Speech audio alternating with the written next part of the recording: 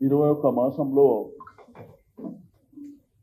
మరి 21 మాసం ముందు Congress party, all India Congress party, రాష్ట్ర కాంగ్రెస్ పార్టీ కేసీఆర్ గారి ప్రభుత్వాన్ని దించడానికి అనేకమైనటువంటి అడ్డగోలు వాగ్దానాలు చేయడం, దీంట్లో ప్రధానంగా వారి యొక్క మేనిఫెస్టోలో కూడా ఏవైతే అలవిగాని హామీలన్నీ మరి ఇచ్చినటువంటిది మీరు అందరూ చూడటం జరిగింది.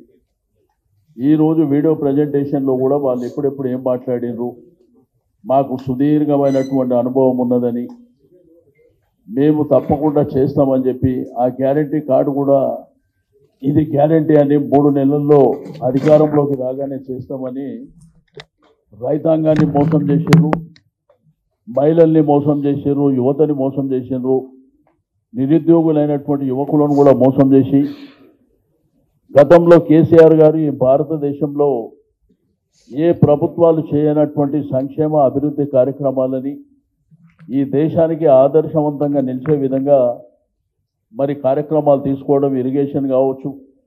మనందరికీ తెలుసు తెలంగాణ ప్రాంతం అంతా నీళ్లు, నిధులు, నియామకాల మీద జరిగినటువంటి సుదీర్ఘ పోరాటంలో మరి తెలంగాణ రాష్ట్రాన్ని సాధించడమే కాకుండా సాధించినటువంటి తెలంగాణని ఒక ఉద్యమకారుడే ముఖ్యమంత్రిగా ఉండి మరి సంపూర్ణంగా నీళ్లు కానివ్వండి, 24 గంటల కరెంటు కానివ్వండి, దాంతోపాటు రైతు బంధు అనేటువంటి కార్యక్రమాన్ని దేశం కాదు ప్రపంచమే ఎవ్వరు కూడా మరి ఊహించని విధంగా ఆ కార్యక్రమాన్ని దిగ్విజయంగా చేయడం, దాంతోపాటు పేదలకు పెన్షన్ మరి ఆ రోజు 200 ఉన్నటువంటి పెన్షన్ని 2000 రూపాయలు చేయడం, ఇట్లా చాలా కార్యక్రమాలను తీసుకొని రెండో వైపున గ్రామీణ ప్రాంతాలన్నీ అభివృద్ధి చేసుకొని ఒక సస్యశ్యామలమైనటువంటి తెలంగాణ రాష్ట్రాన్ని ఈ దేశం ముఖ చిత్రంలో మరి అద్భుతంగా ఆవిష్కరించినటువంటిది కూడా మనం చూసినాం.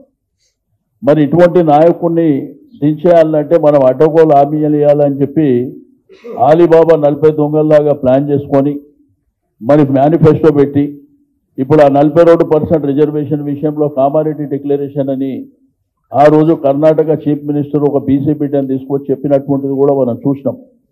కానీ ఆ రోజు కాంగ్రెస్ ప్రభుత్వం వస్తే చేస్తామని, లేకపోతే దేశంలో కాంగ్రెస్ ప్రభుత్వం వస్తే 10th షెడ్యూల్లో పెడతామని ఏ రోజు కూడా చెప్పలే.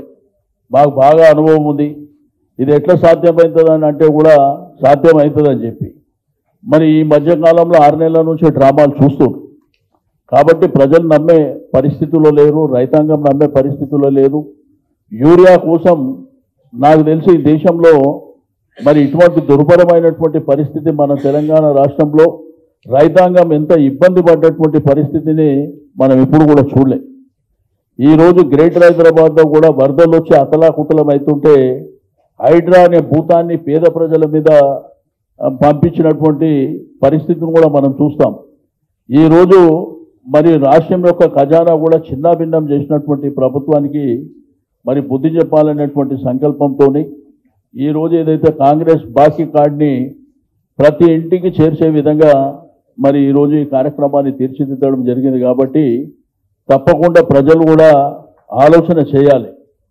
ప్రజలు, రైతాంగం, యువకులు, మహిళలు, మరి యంగ్స్టర్స్ కానివ్వండి, అన్ని వర్గాల ప్రజలు కూడా ఈ కాంగ్రెస్ పార్టీ మోసాలను గమనించాలి.